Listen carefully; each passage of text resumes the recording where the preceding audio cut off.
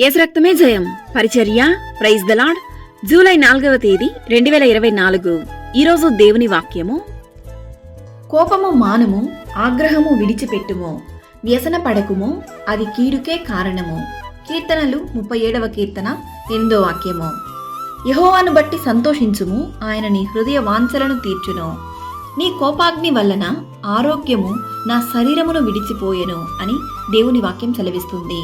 విశ్వాసులమైనటువంటి మనము వ్యసనపడట వ్యర్థము. ఎందుకనగా సర్వ సృష్టికర్త అయిన దేవుడు మనతో ఉండంగా దేని గురించి బాధపడవలసిన అవసరం లేదు.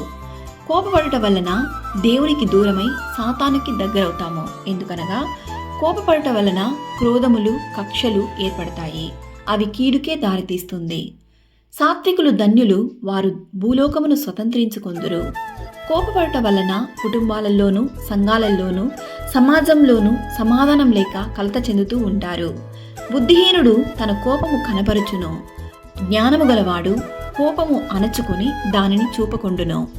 ఆత్మీయులు, విశ్వాసులు, సంఘ కాపరి, సంఘ పెద్దలు, కుటుంబాలలోనూ అధికారులు ఎవరైనా సరే ఆగ్రహము విడిచి సమాధానం కలిగి జీవించాలి. ఎందుకనగా సమాధానకర్త అయినటువంటి దేవుడు మనతో ఉండంగా మనం శాంతి సమాధానం కలిగి ఉండాలి.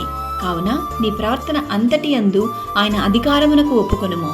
ఎందుకనగా ఆయన కోపము నిమిషమాత్రముండును, ఆయన దయ ఆయుష్కాలమంతయు నిలుచును. అపహాసకులు పట్టణము తల్లడిల్ల చేయుదురు, జ్ఞానులు కోపమును చల్లార్చెదరు.